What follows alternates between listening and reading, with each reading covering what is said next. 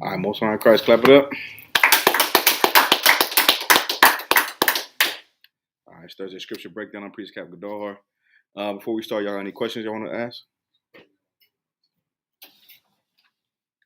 If there's no questions, we get right to it, all right? I'm going to answer a few questions that I got over the week. Can you get the door, brother? Y'all, sir? Let's go to precepts for overthinking, right? Somebody want to precepts of overthinking. Let's get into that. Let me get Matthew 6 and 34.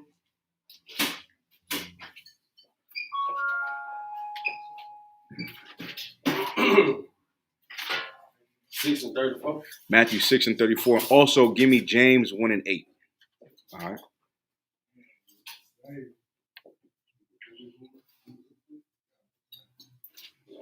The book of Matthew, chapter 6, verse 34. Mm-hmm. Take therefore no thought for the morrow. One more time. Give me 33. Come. The book of Matthew, chapter 6, verse 33. Uh-huh. But seek ye first the kingdom of the Most High. Seek ye first the kingdom of what? Of the Most High. That's the first thing you should do, right? First thing you should do is just keep the Lord first, right? Seek ye first the kingdom of the Most High. You get what I mean?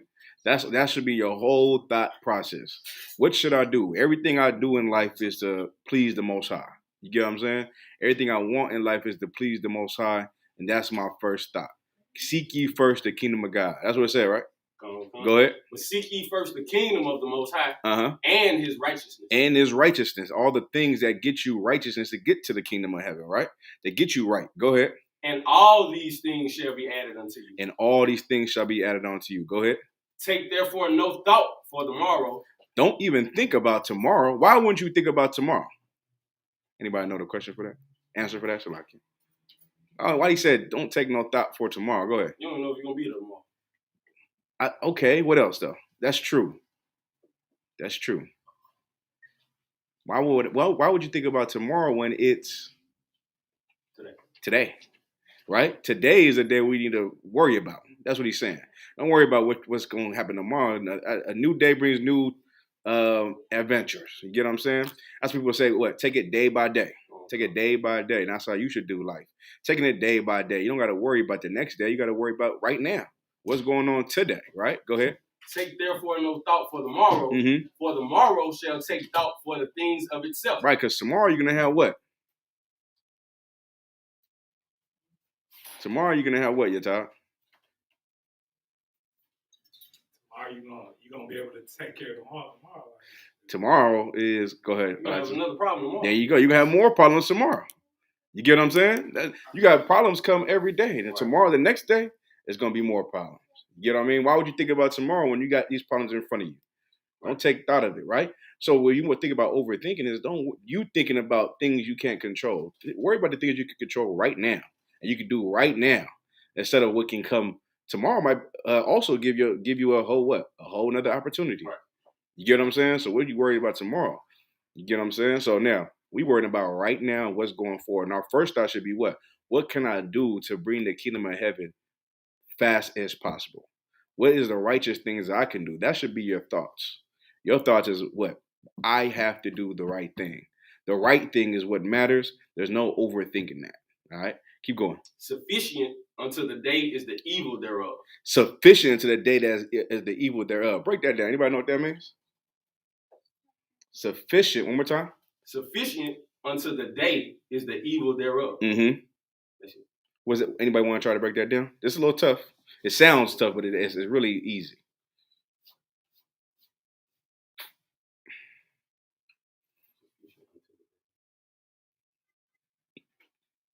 What's sufficient mean? Somebody look up sufficient. Go ahead, Ty. You want to give it a shot? Basically, like all the problems you got today, you got whatever you need to take care of. Okay, I take that. It's a little more. Give me sufficient. Go ahead, Lata. Sufficient, enough or adequate. Enough or adequate. Now read that line again. Sufficient unto the day. It's sufficient. Sufficient. Uh-huh. That's a lot. Sufficient unto the day is the evil thereof. Sufficient to the day is the evil thereof. What's that mean? You said, what'd you say again? Your top? I said, whatever you're going through, like all your problems, like you got whatever you need to take care of. I'll take it. There you go. Right now, what you have in front of you is what we need.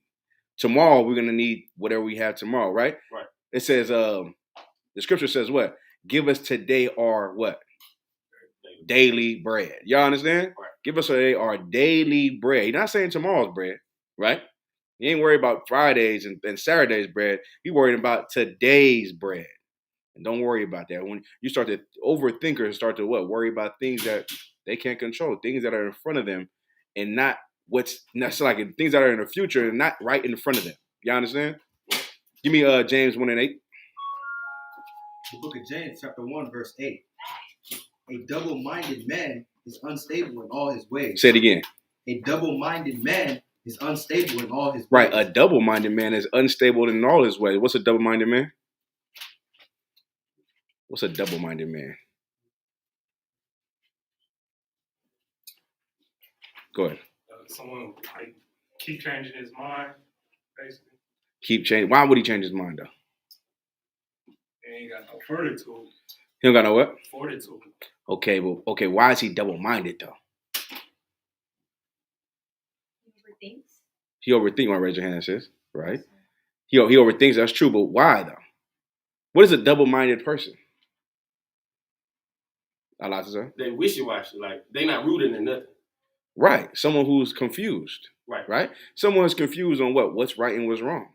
That's a double-minded person. Someone who knows that what's a sin and does it anyway. You get what I'm saying? Right. That's a double-minded person. Now, if you're going to be double-minded, everything after you is going to be what? Confusion. What does it say? A double-minded man what? Is unstable in all his ways. Right. A double-minded man is unstable in all his ways. How do you have one mind? If you're a double-minded, what are you? And how can you have one mind? Shut her up. It's like you're straddling the fence. You're straddling the fence. Why though? You talk? Trying to serve two masters. That's the priest of ID, right? You serving two masters. You're being, like the brother said, you straddling the fence, right? You serving two masters. That's the reason why you're confused. You in Christianity and trying to be in the truth. You understand? You don't want to do that. You don't want to do that. The scripture says what? The Lord is not an author of confusion, right? That's in the Bible. The Lord is not an author of confusion. You can stop being double-minded by being one-minded, one body. Y'all understand, right? Right. One baptism, one teaching. All those things is what helps you to be one mind, right? Now let's go from there, right? Let's drop that. Yeah. So y'all good on that, right? Let me get a couple more precepts on overthinking. 1 second. Give me Matthew 6 and 11. This is a precept actually for Matthew 6 and 34, right? Matthew 6. What you bring over there, Yata? Some John? Some like Casamigos. Let's see. You can pour me some barbecue, sir? Do we got any cups? I don't know. Shoot. Is there some cups over there? If there is. Oh, yeah.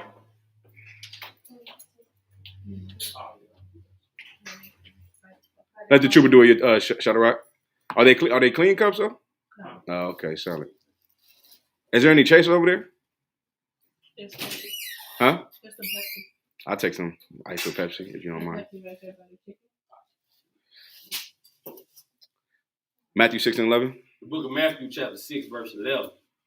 Give us this day our daily bread. Give us what? This day. You understand, right? Give us this day our daily bread, right?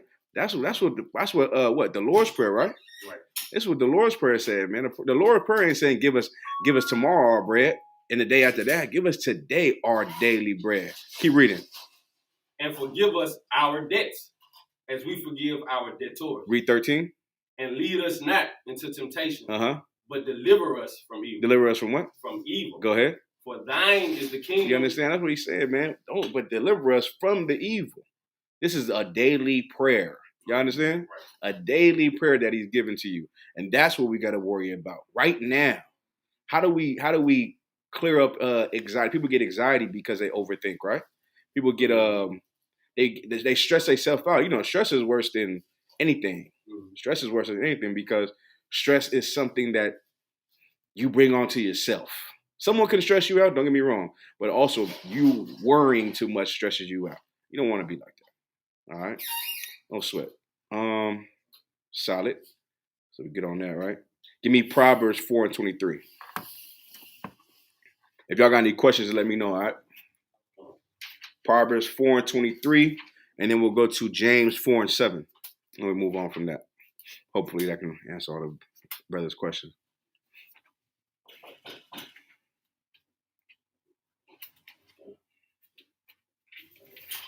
It's like, is it just Pepsi over there?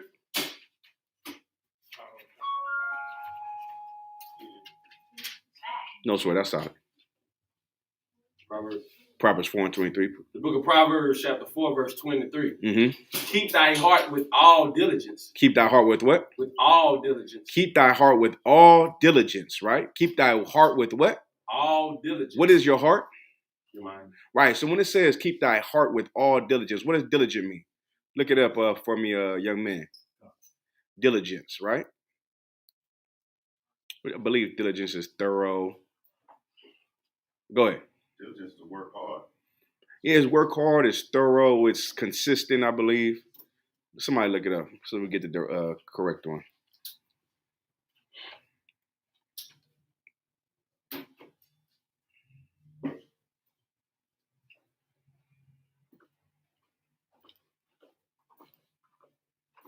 Thought I appreciate it.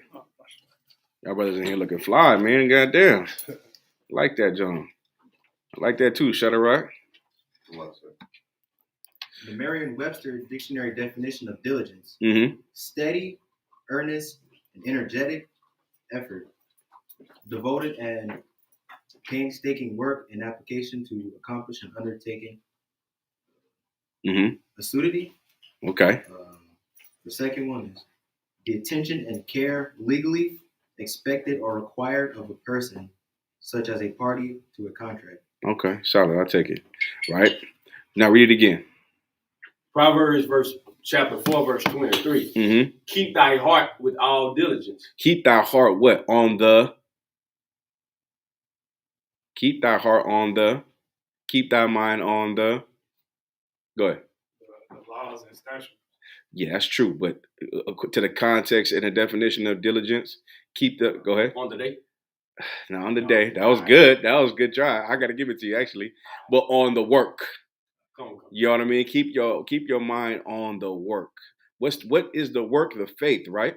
What the scripture says, what? There is no faith without works. You have to put in the work to keep your mind right. Once you start doing the work, your mind will become weary and it will start to, what's that word? Drift, right? Start to drift. Then you start to thinking, am I doing what's right? Am I doing the right thing? I know I'm not doing the right thing. I got to get right. So now you go into overthinking. Now you start to get into that place of not knowing where you stand. You understand? You always want to know where you stand. You will never, if you don't know where you stand, then you're not in the right spot. You understand? You should know exactly where you stand because you know exactly what you're doing. But if you don't know where you stand, then you know that you're not where you need to be. And that's how you know you need to correct yourself. You understand? So when he says keep your what? Keep your mind on what? Keep thy heart with all diligence. Keep thy heart with all diligence. Go ahead. For out of it are the issues of life. You understand, right? Because you don't, now it comes the issues of life. And the issues of life comes stress. You start to stress yourself out. And you're giving yourself problems because you're not diligent. You understand? You see how it can clear up a lot of things in your mind? Everything in your life could be going wrong, but if you're doing what the Most High says to do, then you're tawab. You're fine. You get what I mean? But now, if you're not doing it, now comes the stresses of life. Y'all get that, right?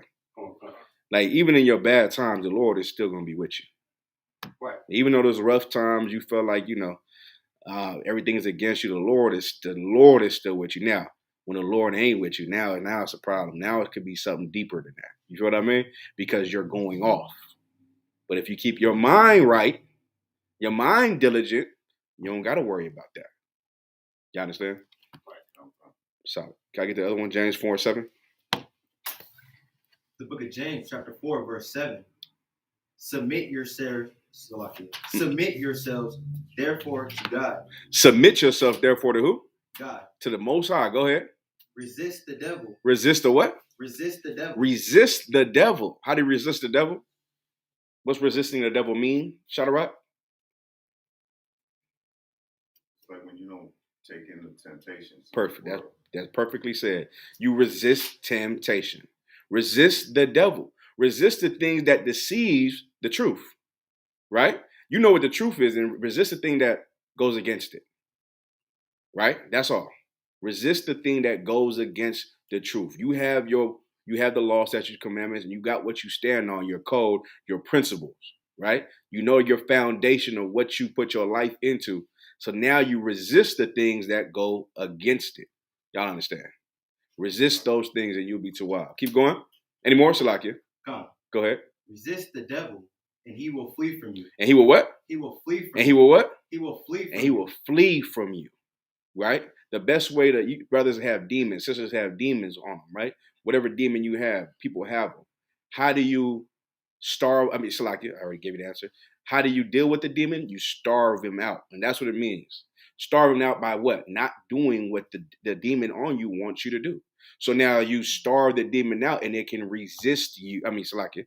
It can what? Read it again. And it'll flee from you. Salakia, right? It'll flee from you. That demon will flee from you. But now, it's like saying it is easy, but when you actually do the work and it happens, you'll be like, oh, damn, that's what the scriptures say. The scriptures say if I was to do this and this would happen. Well, damn, it did. So now you can't just say it. You got to go apply it. Y'all understand? You got to apply what we're reading today because now it's your job to starve out the demon so it can flee. Y'all understand, right? Solid. Okay, good to go. Any other questions on overthinking? I think that's pretty much it. There's a lot of other precepts for sure, but those are the ones I have for now. All right. Let's go into this. 1 second. If y'all got any questions, just let me know online as well. Okay. Let's go. Brother said, can I get some scriptures about the white man going into slavery? I'll give you a few. Give me Isaiah 47:6 and also Revelations 13:9. Then I got a couple other questions I'll answer. Online as well. No, sure. That sound like me. Yes. I don't like the way I sound on other people's stuff. You know what I mean? You hear yourself talking on the thing. You like, that's how I sound. That's crazy.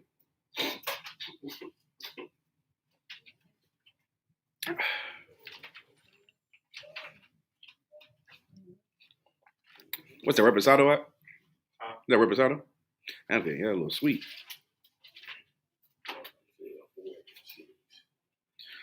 Isaiah 47:6. Go ahead, sis. You got a question? Never mind. You already said. Oh, okay. Yeah, 47:6. 47:6, right? The book of Isaiah, chapter 47, verse 6. Uh-huh. I was wroth with my people. I was wroth with my people. What does wroth mean? Go ahead. Angry. Angry, right? Go ahead. I have polluted mine inheritance. I polluted my inheritance. Go ahead. And given them into thine hand. And I given thee unto thine hand. Go ahead. Thou didst show them no mercy. You didn't show them what? No mercy. You didn't show them what? No mercy. Right. Who was the Lord talking to? Go ahead. Esau. Esau, right? He's talking to Esau, and he's talking to them about what he did to us. He gave us up to them under their power as a punishment for disobeying him. Y'all understand, right? That's the whole thing in the Bible. People say, why did he do this? Why do that? Because there's punishments and judgments that happen when you cross the Most High. You understand? So he gave you into an enemy and he allowed that enemy to rule over you. Keep going. But then he also said, but this enemy showed you no mercy. You understand? In history, in the Bible, right? You go look at all the different captivities that we are under. Even in their rulership over us, they showed us mercy. You understand? Now they still evil, but they at least showed us mercy. The Edomites never showed us any mercy. And I'll pull a precept on that in 1 second. Keep going. Thou didst show them no mercy. Upon the ancient hast thou very heavily laid thy yoke. And on the ancient has thou very heavily laid thy yoke. Now you done put that burden on the Most High. Go ahead. And thou saidest, I shall be a lady forever. Right. You say, I should be a lady forever. What's that mean? What's that mean? Think about the context of America saying that I should be a lady forever. I should be a what forever? Anybody want to give it a shot? Sis? The kingdom of Israel? The what? The kingdom of Israel? No. This is not the kingdom of Israel. Remember, America is saying I should be a lady forever, meaning what? Young man. That should forever let everybody in. Like, I like that, but No. Not like no. Shut her up. Like a harlot?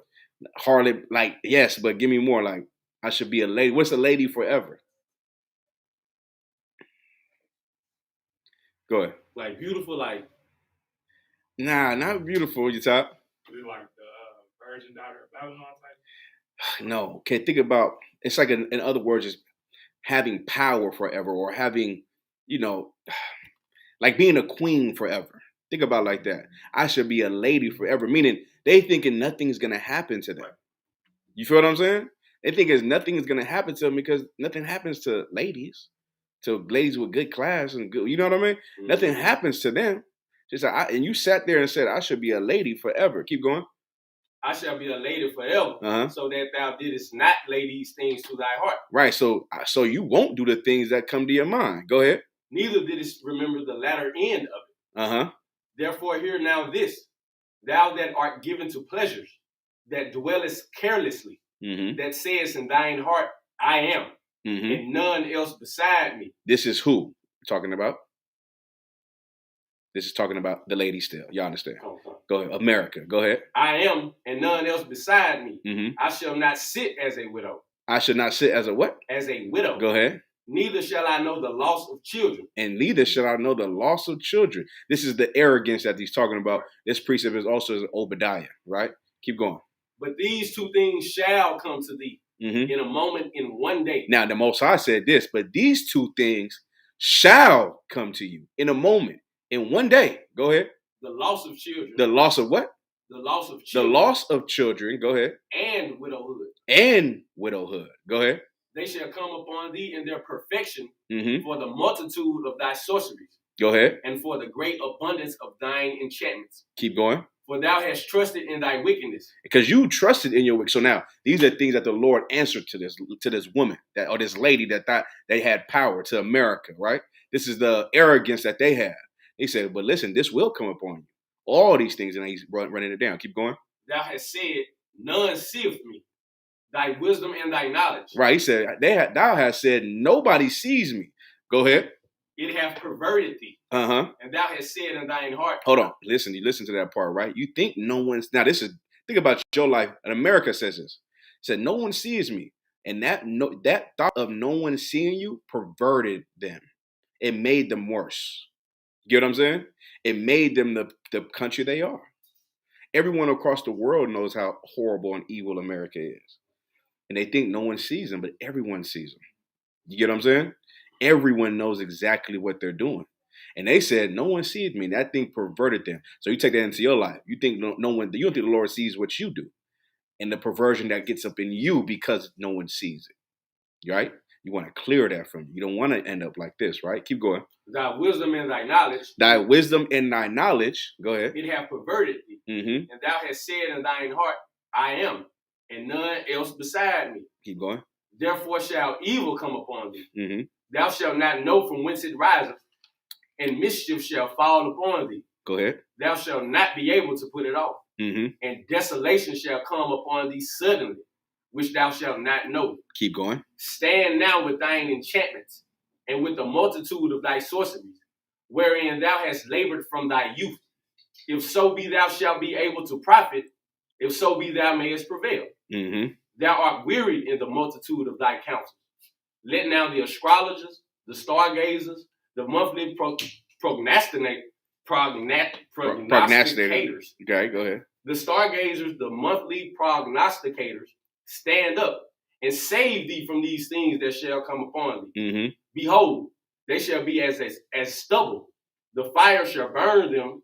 They shall not deliver themselves from the power of the flame. God, if you keep going, you'll go into slavery, right? Okay. But you need all of this. This is an excellent precept for how the white man's arrogance is going to get destroyed and what's going to happen to them too, all right? We can stop right there. Give me Revelation 13:9. Go ahead. Is it like the nuclear destruction that's going to come to America? Yes, all that.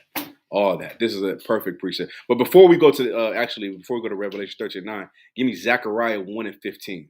This is a precept you would need also to show how the white man had no mercy and all that too. All right, Zechariah 1:15, and then anybody got a Bible dictionary? You got the Zondervan's pictorial? Most High in Christ. Now go to Edom, right? Go to Edom. Edom or Esau, one of the two. Go to that one and go to the very last paragraph in that in the definition. You don't got the big one though. You need the big boy. I mean, if you got you good? You got it? All right, no sweat. So let me get Zechariah 1:15 first, and then we'll read that. All right? Can you read that for me, Yatab? This is Zechariah 1:15. Mm-hmm. And I'm very sore displeased with the heathen that are at ease, for I was but a little displeased. You listen to this, right? Read it from the top, Shalakia. And I am very sore displeased. I am very sore displeased. Go ahead. With the heathen. With the what? With the heathen. With the heathen. Go ahead. That are at ease. That are at ease. Now you look at the white man in his society. He's what? At what? He's at ease. Right. He is comfortable with your situation. Your situation. He doesn't care about what actually happens in your life. Everything in the world is directed at destroying you, right? The poverty, the sickness. They push it so you can be sick, right? They want you to be sick. They want you to be unhealthy. They want you to be poor. You know what I mean? None of that bothers them because it helps see less of you and has more power. It's more power for them. You understand? So now he sees it, right? He sees it. He's displeased by it, but he thinks that it's all good, right? Keep going. For I was but a little displeased. At first, he was a little displeased. Go ahead. And they helped for the affliction. And they helped for the affliction. They made it worse.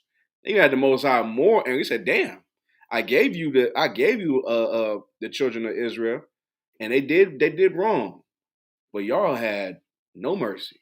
You were evil as hell." If you go read Ezekiel the 35th chapter 1-5, you read about that, right? When he said, in the time of the calamity, and the time when their time had an end. You get what I'm saying? You still pursued them.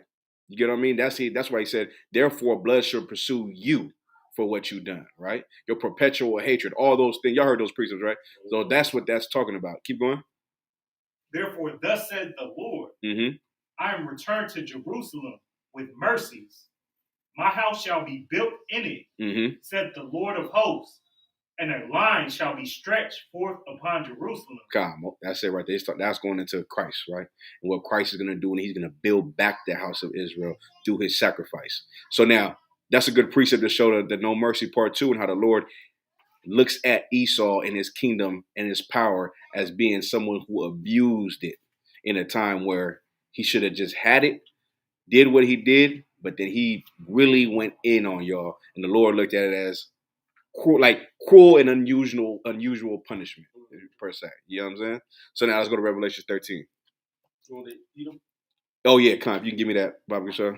This is Edom in the Zondervan Compact Bible Dictionary. Edom in the Zondervan. Go ahead. What page is this? Page 142. This is the little book, though. You got to get the big book, Salakia. Well, sorry, Christ. Go ahead, because now it's a different page on the big book. That's why.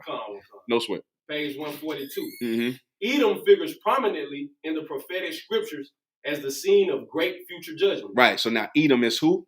the so-called white man, right? I believe Edom means red. Esau means, I think it's one of the two, right? One of them means wasted away is he in the Hebrew, right? Keep going. See notably Isaiah 34, verse 5 and 6. And Right. Did we read that? We read that, right? Or no? No, we read Isaiah 47. Can you get Isaiah 34, 5 real quick? Just hold it. Keep going. And Isaiah 63 and 1. Hold that too if you could. Go ahead. She is the only neighbor of the Israelites who is not giving any promise of mercy from the Most High. Right. So now all the enemies of the Most High, when you said neighbors is now this is the other nations that are amongst us, right? This is the only nation that is not going to receive any mercy from the Most High, right? Because remember, in judgment, you want to give mercy in your judgment. So like, just think about it personally. If Yatab did something evil, and it was my power to give him a judgment for what he did, in my judgment, I would have mercy on him, because why? Why would I have mercy on Yatab in the judgment? Shadrach? Well, the Lord will have mercy on you. That's it. You understand? Now that he showed no mercy, the Lord's going to show no mercy. You understand? You see how that works, right? So that's why you want to be a good judge. A good judge shows mercy. Like these judges in America, the law says the law, and then some of them just don't give a damn. They'll just go hard on you, right? They put you in jail and act like you a tree and put you over 240 years. You get what I'm saying? That's like 2, 3. That's like 4 life sentences, right? So like they go give you that. There's no mercy. There's no rehabilitation, right? Keep going.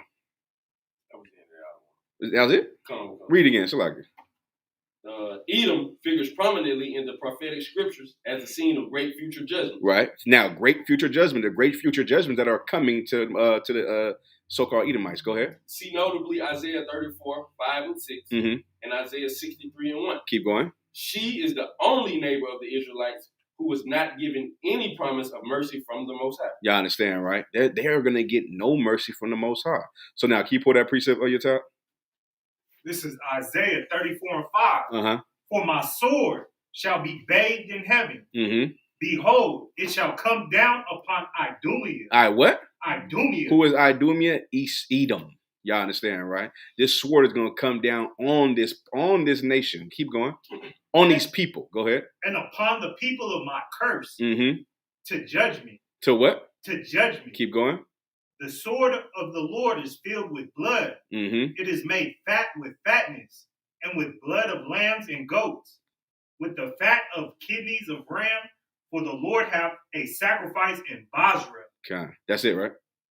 And a great slaughter in the land of Idumea. Okay. And a great slaughter in the land of where? Idumea. Y'all understand, right? That's what's going to happen to Esau in that land.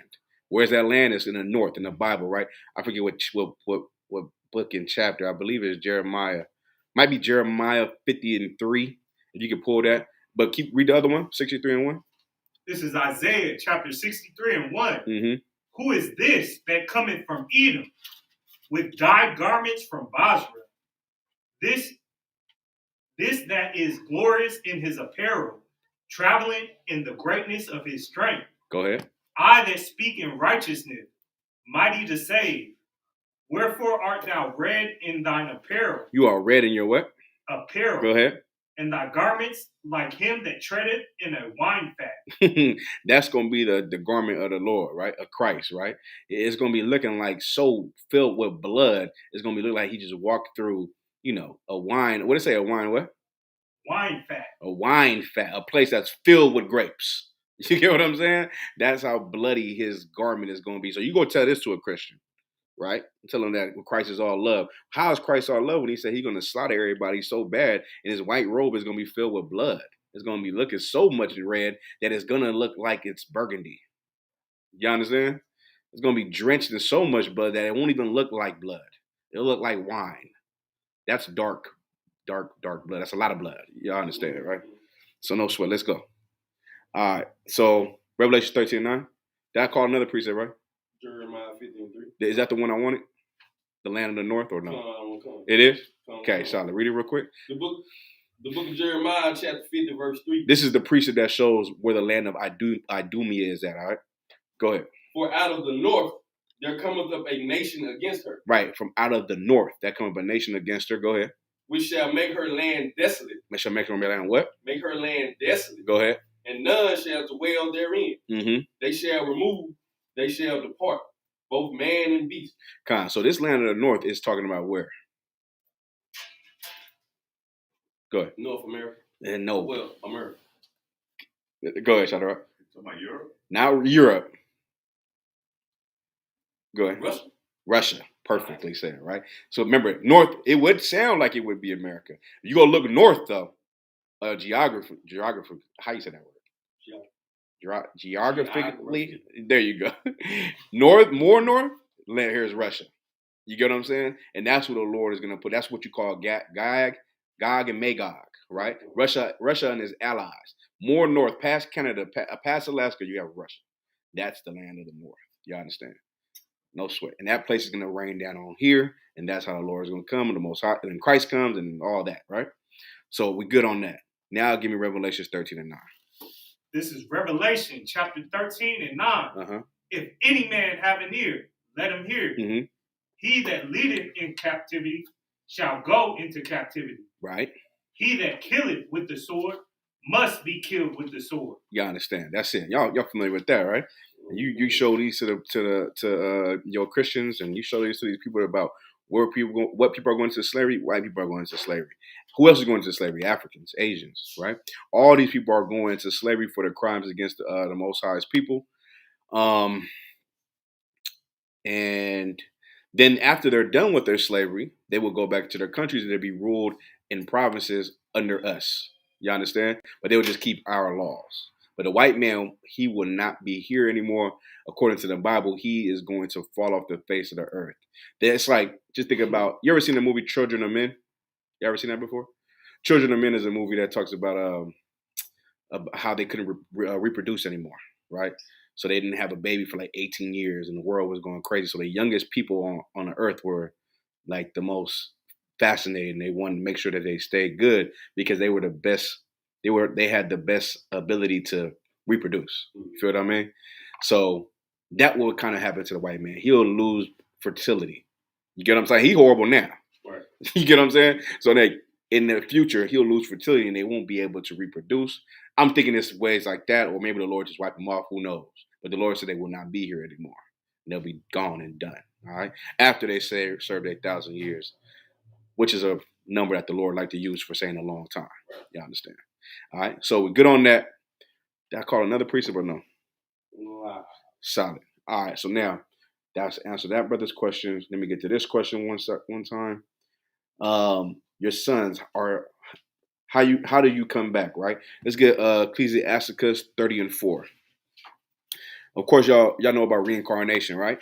Reincarnation is in the Bible. Reincarnation is absolutely biblical. It's true according to the Bible, meaning you live more than you've been here before. You lived more than once.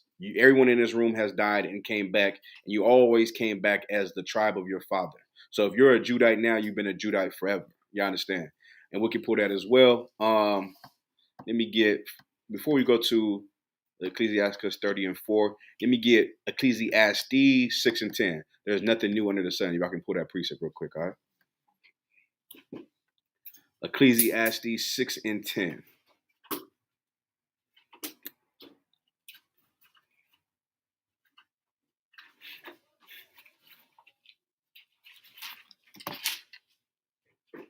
The book of Ecclesiastes, chapter 6, verse 10. Right.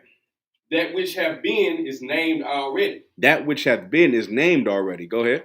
And it is known that it is man. It is known that is what? That it is man. That it is man. So what that which has been here already. That which has been named has been here already. That's what it said, right? Okay. And it is known that it is man. That man has been here before. Go ahead. Neither may he contend with him that is mightier than he. Right. Neither can he contend with him that is mightier than he. He can't contend with the Most High. Right. Go ahead. That's it on that. Is there there's nothing new under the sun? That might be 1 in 10. Try 1 in 10. Ecclesiastes 1 and 10. What's the other one? Let me find it, Salaki. 10, Salaki, that's 9. 1 and 9. 1 and 9. There you go. Go ahead. The book of Ecclesiastes, chapter 1, verse 9. Mm-hmm. The thing that hath been, it is that which shall be. The thing that hath been, it is that which shall be. Go ahead. And that which is done is that which shall be done. Mm-hmm. And there is no new thing under the sun. Right. What does that mean when there is no new thing under the sun? What is that new thing that's under the sun that's not new? Young man. Us. People, right? Because everything else is new, right? Like iPhones wasn't here, right? Computers wasn't here, right? None of those things were here, but men always been here. Y'all understand? There's no new thing under the sun. These spirits, what you would call a vibe today, like a vibe is a spirit. Like these spirits been here, these souls been here. You know what I'm saying? These been here before. But of course, this mic hasn't been here. You know what I'm saying? That's just technology. You understand? Solid. So now let's go to Ecclesiastes 30 and 4. Right? How do you come back onto the earth? Through your sons, through the regeneration. Give me Matthew 1 and 1 as well, right? Matthew 1 and 1.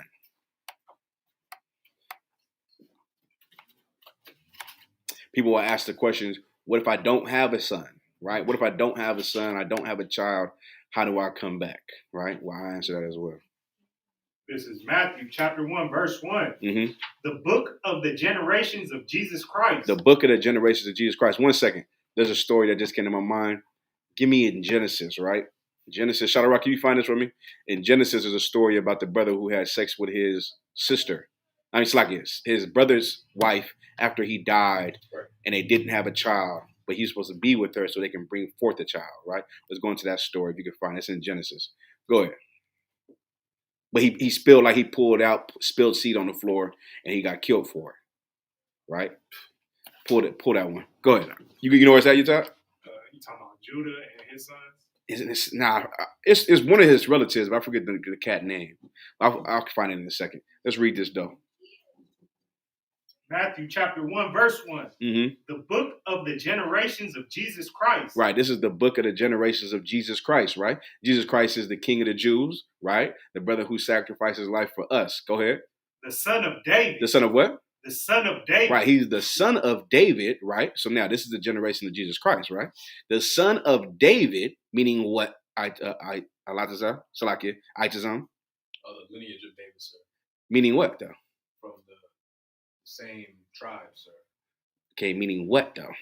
You got to say it to me like I need to know and just be amazed when you say it. This Jesus Christ, the son of David. Who's the son of David? Oh, Salakia, King Solomon. There you go. That's how you want to say it, right? To bring it home for everybody. What you said is correct. But you want to say he was Solomon. And people be like, what? That's what it just said in the Bible, right? Read again. The book of the generations of Jesus Christ. Uh-huh. The son of David. This is the book of the generations of Jesus Christ. The son of David, which what brother says is Solomon. Go ahead. The son of Abraham. The son of Abraham, which is Isaac. So now you like, hold on, wait a second. It's talking about Jesus Christ? We just read that it said that he's the son of Solomon, and he also was the son of Isaac, which was before Solomon, right? So that's how you want to bring forth reincarnation, and you also want to bring forth how you come back through your son. You understand? So now let's go to Ecclesiastes 30 and 4. This is Ecclesiasticus chapter 30, verse 4. Mm-hmm. Though his father died. Go ahead. Yet he is, though he were not dead. But it's like he wasn't dead. Listen, this is heavy, right? Though his father died, it's like he wasn't even dead. Go ahead. For he have left one behind him. He left one behind. Go ahead. That is like himself. You understand? That is like himself. Go ahead. While he lived, he saw and rejoiced in him. Mm-hmm. And when he died, he was not sorrowful. You understand? Keep going. He left behind him an avenger. Oh, what? An avenger. Keep going. Against his enemies. Mm-hmm. And one that shall requite kindness to his friends. You understand? This is why brothers want, like, daughters are amazing. This is why you want a son, because you can come back through him. It's not as sad when a brother dies because he just left him. You left him on earth. He's still alive. And then when his son has a son, he'll bring another him. You get what I'm saying? Right. And then when his son has a son, then he'll actually come back. Then he'll be here again on earth. You get what I mean? That's what it's all about. It's a regeneration, right? They talk about you come back in the third and fourth generations. You get what I'm saying? A lot of brothers die in the Bible and say like you had a father, he died.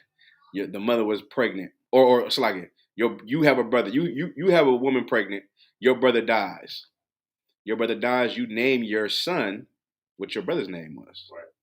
Like that's kind of like what black people do. Right. You get what I'm saying? In the spirit, that's how it is. You understand? In the spirit, it's like, yeah, that's him now. Is it actually him? Who knows? You get what I mean? But he's a version of him. Right. But then there is a him coming though. You understand? There is him coming back through that same lineage, through that same bloodline. You understand, right? So now, any more on 30 on 4? 30 and 4? Okay, good. Now let's go into a little bit of reincarnation a little bit.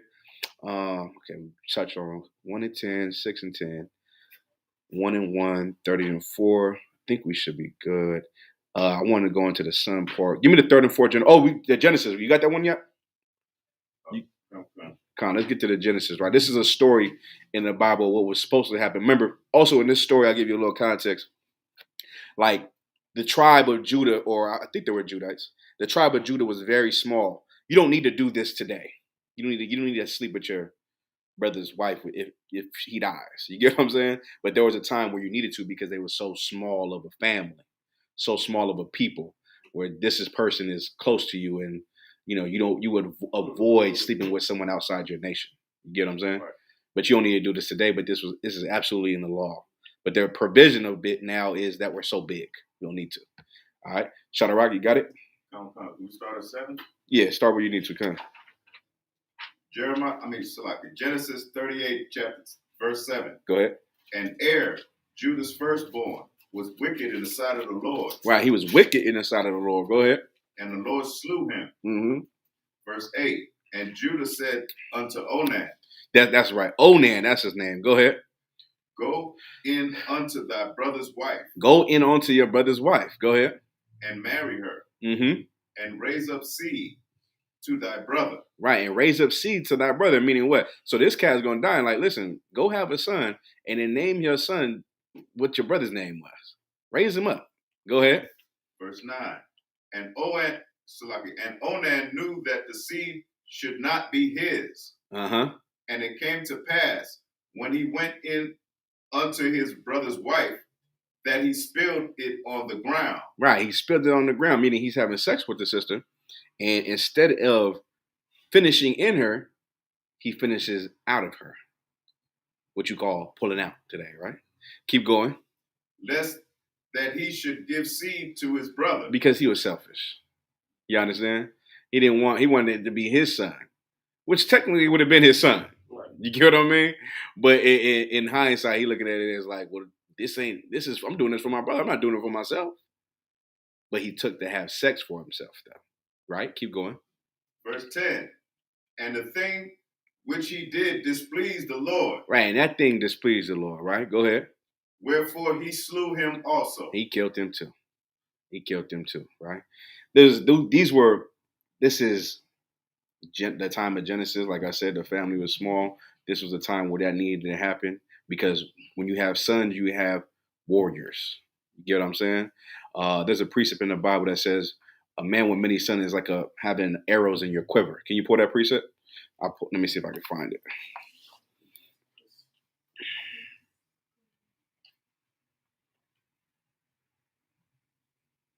I found it right here. Give me Salaki. It did not pop up. Arrows in quiver. Bible. Psalms 127 and 4. That's what you got? I don't know. Psalms 127 and 4.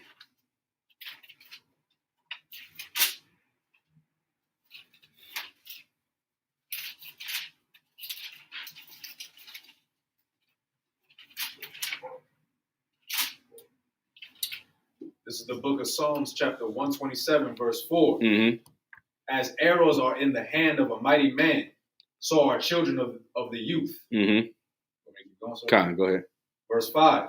Happy is the man that hath his quiver full of them. You understand? Happy is the man that has these sons. You know what I mean? For all these sons. It's like an arrow in your quiver. That's what he's saying. It's like having a weapon.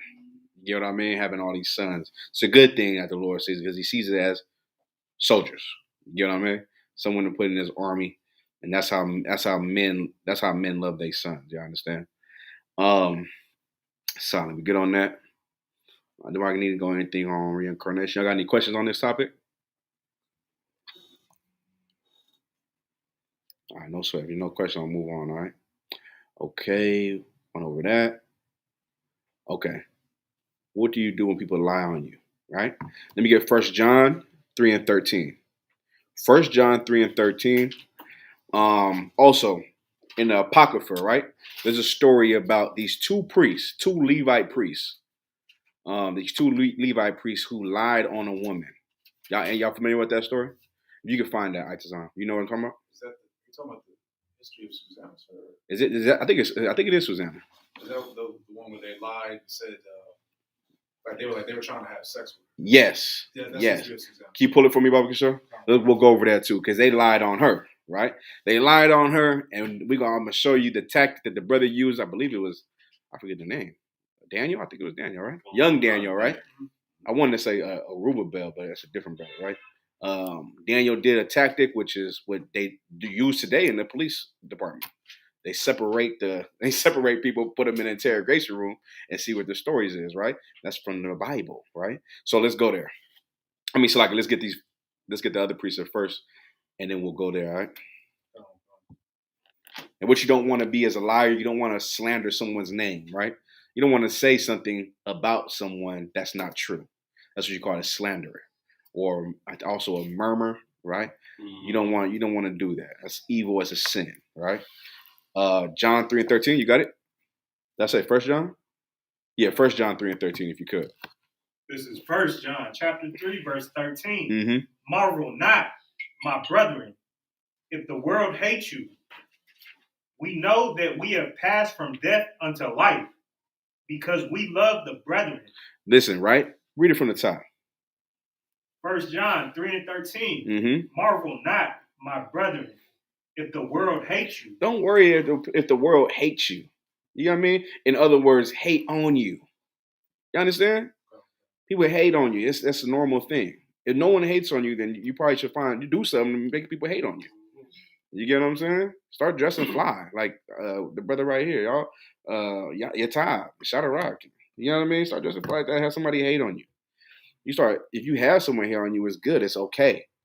There's just some people born to be haters. They are strictly born just to be haters. You understand? He said, marvel not though. Don't worry about that. Go ahead. We know that we have passed from death unto life. We done passed from death into life. Go ahead.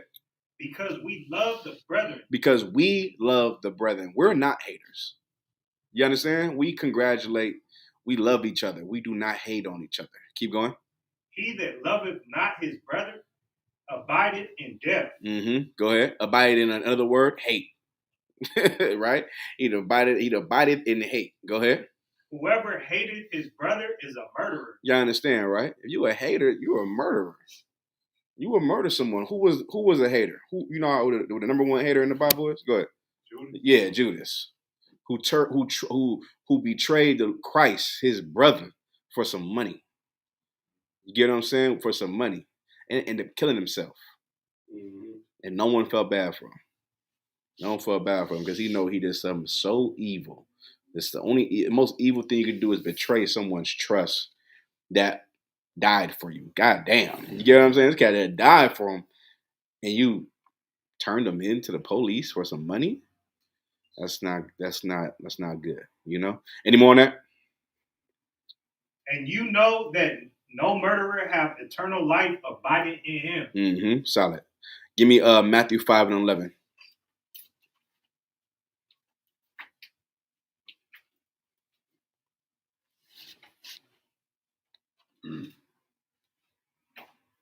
This is Matthew chapter 5 and 11. Blessed are ye when men shall revile you. Blessed are ye when men shall revile you. Give me revile, young man. Your dictionary. Go ahead. And persecute you. Uh-huh. And shall say all manner of evil against you falsely. You understand? Shall say it one more time. And shall say all manner of evil against you falsely. Man, you know how much horrible things they said about the ISUPK? I done heard some evil things about myself. I said, God damn, that is crazy. Y'all just said that? That just, where you get this from? So you think about the things that people done said about you, you like, where did that come from? I just say no swear. I mean, goddamn, I guess I look like that or something. You got it up? Revile. Merriam-Webster Merriam-Webster dictionary definition of revile.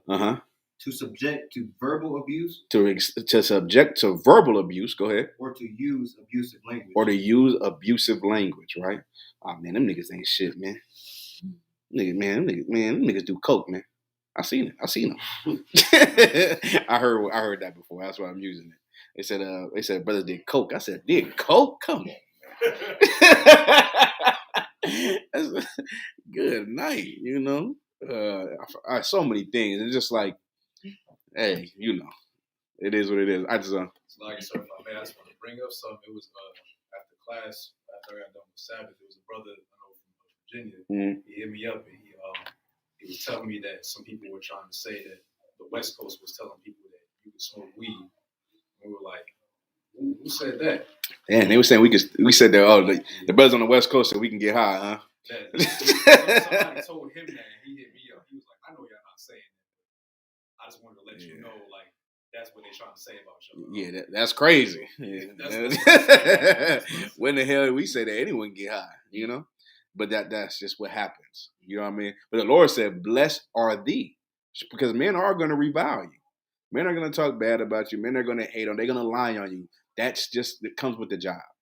You get what I'm saying? Your job is to what? Make sure none of those things are true. You understand? None of those things are true. Don't ever do it. Don't fall out the truth and start doing it. You get what I'm saying? Just be like, okay, I mean, damn, we still standing.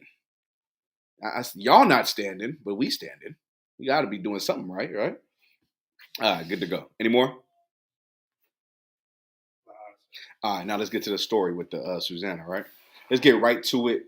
Where do you want to start? I want to start to where they seen her bathing, right? They seen her bathing. Let's start there. Now, Susanna was a very beautiful sister. You understand, right? I think she was married, right? She's married to the king. What's the brother's name? I'm going to butcher his name, sir. It's Joacim. Joacim. Joachim. Josim. JOM. Joacim. Joachim. Let's just call him Joachim for now, all right? Let's get to the part of the story, right? So now she's married. She's a beautiful sister. She's, amazing, right? Now a lot of Israelites. There's the story of David, of course. Y'all heard the story of David, right? And how he looked up on the brother's wife while she was bathing, right? When he was on his rooftop. The brother got it. Y'all got it. He looked up on her and he fell weak. He fell weak and wanted to have sex with her because he seen her naked. So these are two priests. Two priests of God, man. See this sister. So let's just read the story. Excuse me. Go ahead.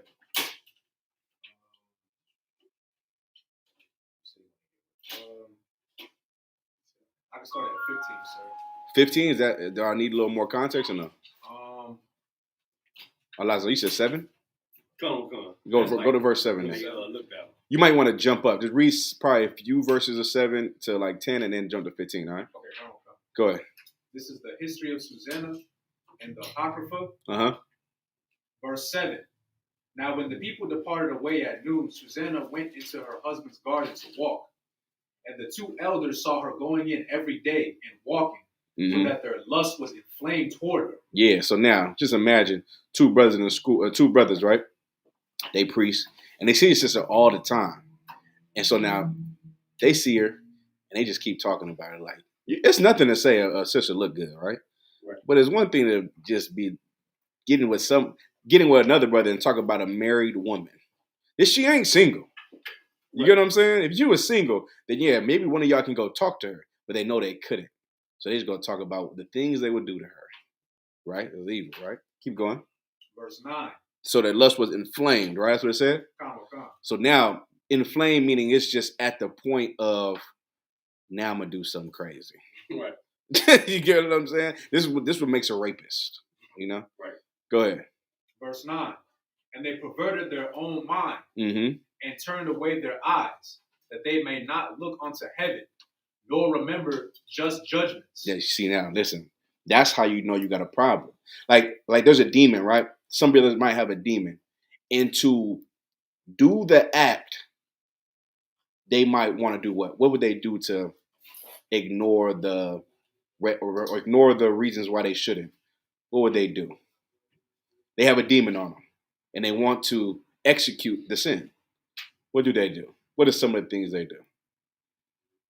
Karatazar? Try to justify their actions. That's for sure. They try to entice themselves, right? Which is really a demon enticing you, by the way. You think it's you. You think it's you talking to yourself. It's a demon enticing you to do something, right? It's another thing brothers do. I'll give you the number one thing. Brothers get drunk. They like to get drunk to do exactly what they want to do.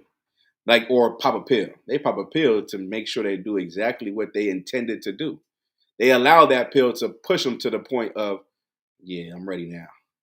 You know what I mean? Now I can lose control. Now I can what? Say, oh yeah, I was drunk. Oh, I was high. But really, you did it because you got drunk, you got high, so you can do what you want to do. You understand? So now let's read. Go ahead. Come. Verse 10. And albeit they both were wounded with her love, yet there's no one show another his grief. Go ahead. For they were ashamed to declare their lust that they desired to have to do with her. Keep going. Yet they watched diligently from day to day to see her. Right. And the one said to the other, let us now go home, for it is dinner time. Mm-hmm. So when they were gone out, they parted the one from the other. And turning back again, they came to the place. And after they had asked one another the cause, they acknowledged their lust. You hear that, right? It's all right, man. Hey, I'm gonna get it out right here, man. I'm gonna get some food. I'm gonna holler back at you. You get what I'm saying? So instead of they both leaving, they both came back like, hey, why you here? Why are you here? Man, check it out, man. I wanted to see sister one more time. Y'all see this, right? They both, they the same cat. Now the demon didn't split, and it's on both of them. You get what I'm saying? This demon's on both of these brothers now. Keep going. So now, knowing that, they told each other they're about their lust. You feel what I'm saying? They're conspiring about their lust, and they telling each other, you know, how they really feel about her. You know, go ahead. And mind you, this ain't love. This ain't someone man, she is so beautiful. I just love her. This ain't, it could be that. It's more lust though. You understand? I'll pull another story after this in a second. Keep going. Come. Then appointed they a time both together when they might find her alone. Mm-hmm. Verse 15. And it fell out as they watched a fit time, she went in as before with two maids only. And she was desirous to wash herself in the garden, for it was hot. And there was nobody there save the two elders that had hid themselves and watched her. Right. Then she said to her maids, bring me oil and washing balls and shut the garden doors, that I may wash me. And they did as she bade them, and shut the garden doors, and went out themselves at privy doors to fetch the things that she had commanded them. But they saw not the elders. Right, because they was hiding. Go ahead. What would you call a peeping Tom? Right? Go ahead. You see how dishonorable this is, right? This is very dishonorable. Like this is fully shameful, and you don't have no integrity, right? You don't have an integrity. Like, you don't think there's another woman you can just go have that doesn't have a man? You get what I'm saying? Like, damn, they want this one, right? Go ahead. Verse 19. Now when the maids were gone forth, the two elders rose up and ran unto her, saying, Behold, the garden doors are shut, that no man can see us. and we are in love with thee.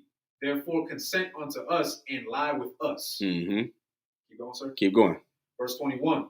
If thou wilt not, we will bear witness against thee, that a young man was with thee, and therefore thou didst send away thy maids from thee. God damn. So now look, they run up on her and say, look, we want consent. We about to have sex with you. I'm gonna go first and you can go second. Right? So now if you don't do it, we're gonna lie on you. We're gonna say we seen you with somebody else. And when we put that out there as elders, as priests, you know what's gonna happen to you. You're gonna get put to death. Y'all understand? Go ahead. Like, where are we? Where we at? The history of Susanna and the Apocrypha. We just read verse 20, sir. Solid. Chapter 1 and 20, right? Come on. Go ahead, keep going.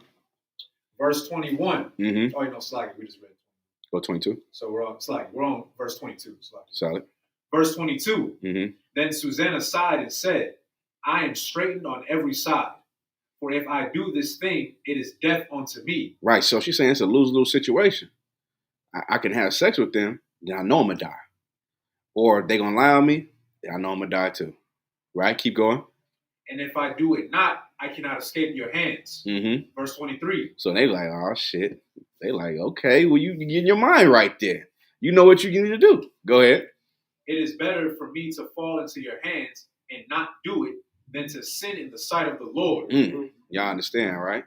So, like, even when, like, this is like, in America, you get framed for things and you do like 30, 40 years, and you get out 40 years later, they give you 1.2 million, and that's that, right? This thing, she just has faith. You get what I'm saying? All she knew was I have to do the right thing, even if I have to die behind it. I have to do the right thing. The right thing was to not have sex with those brothers. You feel what I'm saying? Keep going. Come. Verse 24. With that, Susanna cried with a loud voice, and the two elders cried out against her. Mm-hmm. Then ran the one and opened the garden door. So when the servants of the house heard the cry in the garden, they rushed in at a privy door to see what was done unto her. So now you hear what just happened, right? What did she do? Go ahead, Isa. She cried out loud. She screamed. Right. That's in the law. Mm. Y'all know that. Y'all know that precept, right? Deuteronomy 22nd chapter. Hold where you at. Give me Deuteronomy 22 and 25. Right? What you're supposed to do in a situation where you feel like a man is trying to hurt you or rape you, right?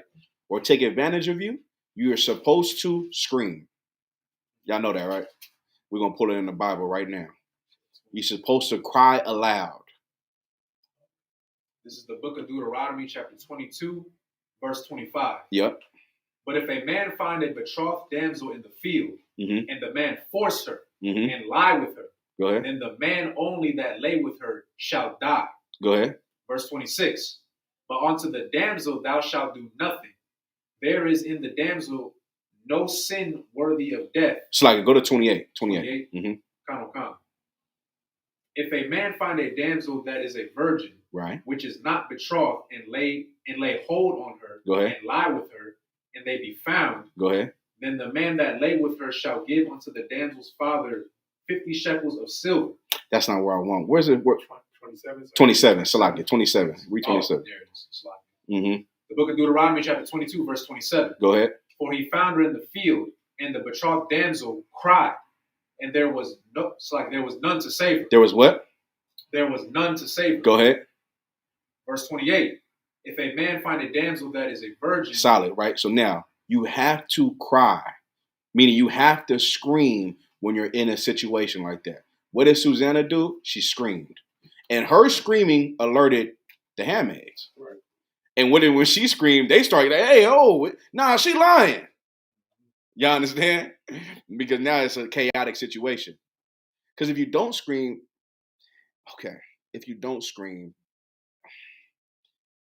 there is no justice that your husband can have. You understand? They're like, he would feel robbed because you didn't go out fighting. Right. In other words, you consented. You understand? It's almost consensual. It sounds rough because if you're a woman who has ever to get raped, she can't get raped in silence. She can't just sit there, lay back, and just get raped. not rape. You have to fight. You understand? You have to fight. You have to scream. You have to scratch, claw, everything you got to do so that when your husband, now that burden is on him. If you get raped, now your husband's burdened with a woman that's raped. It's still his wife, but she did what she's supposed to do. Y'all understand? Now you can have solace in knowing that, well, she didn't just lay there. She fought to try to fight this cat off and all that, right? That's what she did. She yelled, she screamed. They yelled back at her. They came out, see what the problem was, and now keep going. The history of Susanna in the Apocrypha, verse 27. But when the elders had declared their matter, the servants were greatly ashamed, for there was never such a report made of Susanna. Verse 28. And it came to pass the next day when the people were assembled to her husband, Joachim. The two elders came also full of mischievous imagination against Susanna to put her to death. You understand, right? So they was coming through like, she was, man, listen. They about to tell her a whole lie. This is a premeditated lie. You know what I'm saying? This is an old just think about this situation. Think about people coming, like you're by yourself. This is you. Think about two people lying on you. Remember, the scripture said in the mouth of 2 or 3 witnesses, basically things are true. You get what I'm saying? It's true now. Because now more than 2 people seen it. So now she's by herself. Right? Keep going. Verse 29. And said before the people, send for Susanna, the daughter of Kecleus, Joachim's wife. Right. So now the council's about to come. Right? Keep going. And so they went. Verse 30. So she came with her father and mother, her children, and her kindred. Now Susanna was a very delicate woman and beauteous to behold. Go ahead. And these wicked men commanded to uncover her face, for she was covered, that they might be filled with her beauty.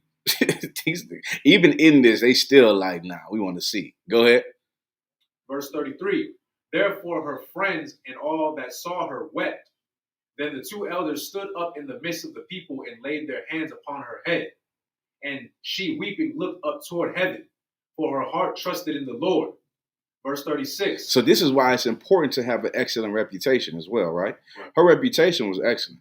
No one, this ain't her character. You feel what I'm saying?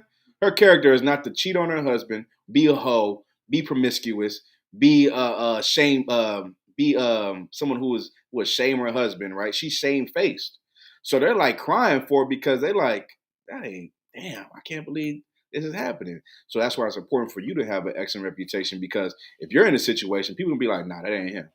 Nah, he wouldn't do nothing like that. I know he wouldn't do nothing like that. That's crazy, right? But now, if you have a reputation of being shaky, you better gonna be like, well, I have seen him do, you know what I mean? I seen him in the club. He was acting kind of wild, right? So you don't want to have that reputation. You want to have a good reputation, right? Excellent reputation. Keep going. Verse 36. And the elders said, as we walked in the garden alone, the woman came in with 2 maids and shut the garden doors and sent the maids away. Then a young man who there was hid came unto her and lay with her. Then we that stood in a corner of the garden, seeing this wickedness, ran unto them. They just happened to be there, huh? We seen the wickedness, and then we ran on to them. Go ahead. Verse 39. And when we saw them together, the man we could not hold, for he was stronger than we, and opened the door and leapt out. Verse 40. But having taken this woman, we asked who the young man was, but she would not tell us. These things do we testify. Then the assembly believed them as those that were the elders and judges of the people, so they condemned her to death. They believed them. You know what I mean? And then she got sentenced to death, right? So this is her judgment. Oh yeah, what they said is correct. Boom, you're getting put to death now, right? No sweat. Go ahead. Yeah, continue. What verse does it end at? We're currently on verse 42. So. Where does it end? Where does it end? Is there a chapter 2? 64? 64, sir. It's just one chapter. Okay, it's 42. Okay, read me a little bit more. Verse 42. Then Susanna cried out with a loud voice and said, O everlasting God, that knowest the secrets, and knowest all things before they be. Thou knowest that they have borne false witness against me. Perfect. So now she's praying, right? Take me to the part where Daniel comes in. Might be like 54, 52. 51. Sir. 51. Go ahead. Verse 51. So now, brother, this Daniel comes in, right? He like, let's look at it another way. Go ahead. Then said Daniel. He like her lawyer. Yeah, at this point, right? Go ahead. Then said Daniel unto them, put these two aside, one far from another. Wait, go one verse up. 45. How did 45? Okay, 45, and then jump to 51. Go ahead. Verse 45. Therefore, when she was led to be put to death, the Lord raised up the Holy Spirit of a young youth whose name was Daniel. This was I was about to say there was something that happened like a vision, but it wasn't a vision, nothing, right? It was just just a spirit. There's the Lord working through his brother to make things just, right? Keep going. No, keep reading. That's fine. Verse 46. Who cried with a loud voice, I am clear from the blood of this woman. Then all the people turned them toward him and said, what mean these words that thou hast spoken?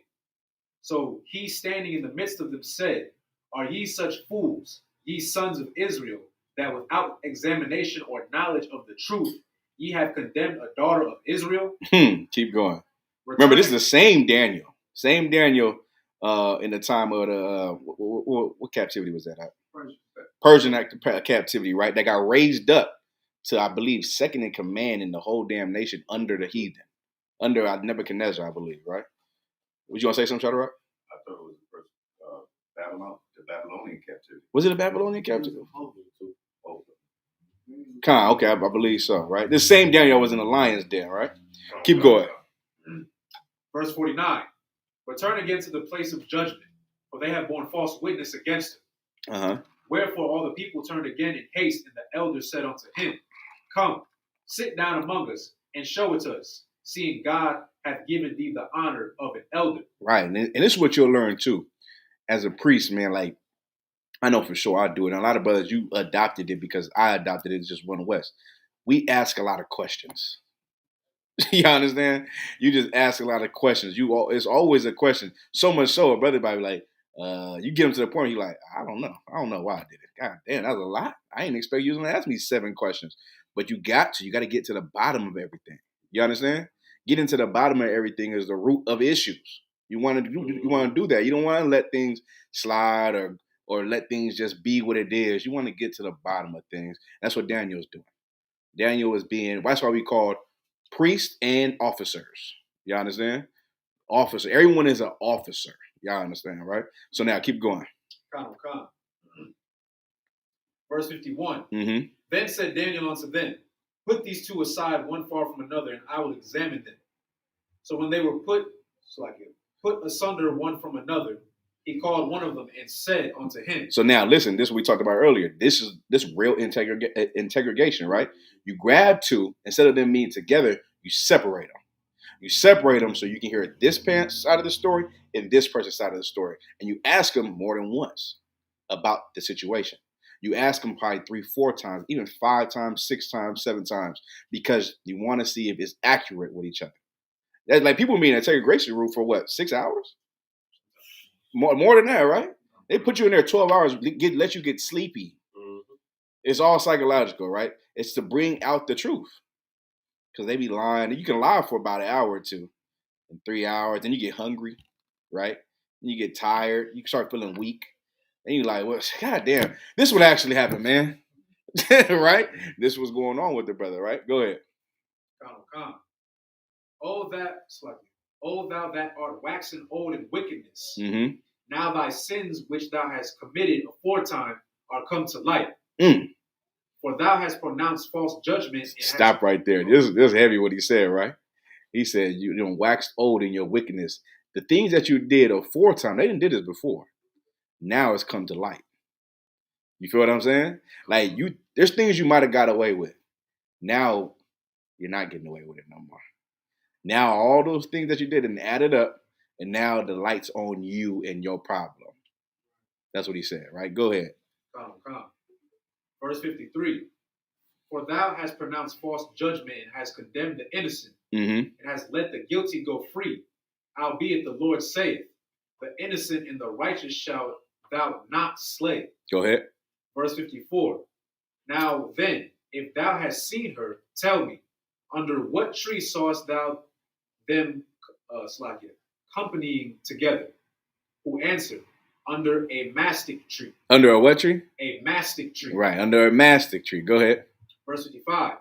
And Daniel said, very well, thou hast lied against thine own head. Go ahead.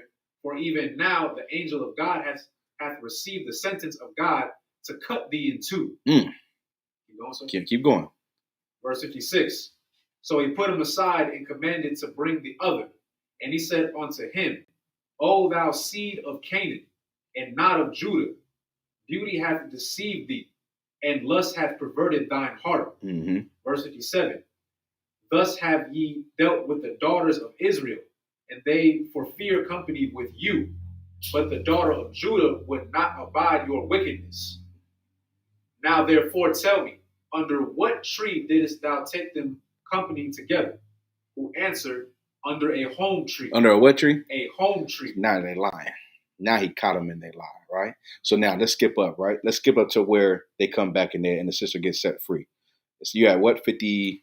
I'm at 50. Well, I'm on 59. Oh, okay. You might as well just finish off there. Go ahead. Go ahead. Verse 59. Mm-hmm. Then said Daniel unto him, well, thou hast lied against thine own head, for the angel of God waiteth with the sword to cut thee in two, that he may destroy you. Verse 60.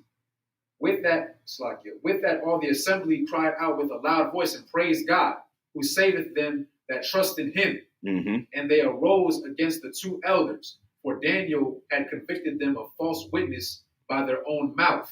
That's why the scriptures say, well, don't bear false witness. Do not bear false witness. Y'all understand, right? Keep going. Verse 62. And according to the law of Moses, they did unto them in such sort as they maliciously intended to do with their neighbor, mm-hmm. and they put them to death. Thus the innocent blood was saved the same day. Damn, get a Daniel a hand. You know what I'm saying? Give Daniel a hand for that. And that's what happens if you lie on somebody. You will get caught, especially in here. You understand? You will get caught. And the Lord will deem you a false witness. You don't want to be that. Don't get caught up in your lust and do what they did. You understand? Right. Don't get caught up in your lust and do what they did, because what happened to them, they got put to death. They got put to death for what they did. Keep going. Verse 63. Mm-hmm. Therefore, Helplius and his wife praised God for their daughter Susanna, mm-hmm. with Joachim, her husband, and all the kindred, because there was no dishonesty found in her. Right. Verse 64. From that day forth was Daniel had in great reputation in the sight of the people. Damn right. Most High in Christ. So now we'll go to that story, right? And this is another story of lust, since we're on the topic. Give me the story of Absalom. You remember that story, Kratza? Brother? Yeah, the brother who had sex with his sister. Y'all familiar with that? Let's pull that real quick. And that's a story of lust. It's in Samuel, right? It's in Samuel. I'm trying to prove that what they felt for that woman was not love, it was lust. Y'all understand? Because if it was love, they wouldn't have tried to run a train on her. Wow.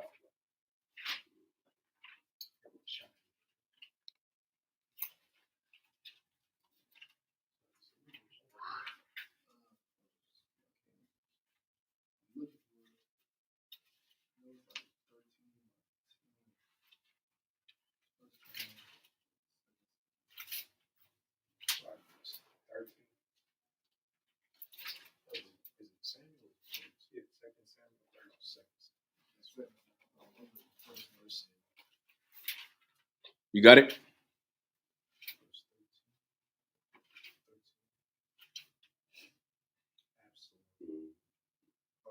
yes, 13. You want me to start from the top, sir? I know it takes a little while. Yeah, now go to the part where he gets with his cousin, where the cousin gives him some game on how he should do it. Oh, that's verse 3. All right, go ahead.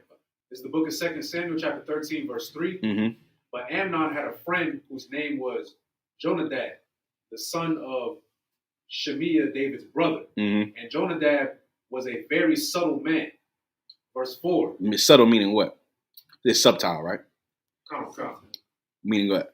He was like sneaky, yes, kind of shady. Yeah, what we was called crafty, right?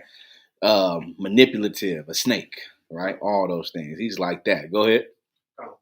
Verse 4. And this is such a Judite thing to be. Like, there's so many Judites that you meet like this. Like, you like, I don't trust that cat right there. You can't, you know what I mean? Like, every brother know this type of Judite where he just like, he is sneaky. Like, he'll steal from you, help you look for your wallet and all that, you know? Y'all know exactly what I'm talking about. And just imagine that brother like that. You get what I'm saying? Who just with all the wickedness, right? Go ahead. Verse 4. And he said unto him, why art thou, being the king's son, lean from day to day? Wilt thou not tell me? And Amnon said unto him, I love Tamar. Right, so now this is his sister, right? They have same dad, different mother, right? Sometimes in those situations, you might not grow up with each other, not in the same house. So you don't have that closeness, or you don't look at that person the same way. Nonetheless, he knows that that's his sister. You feel what I'm saying? Keep going. My brother Absalom's sister. Mm-hmm.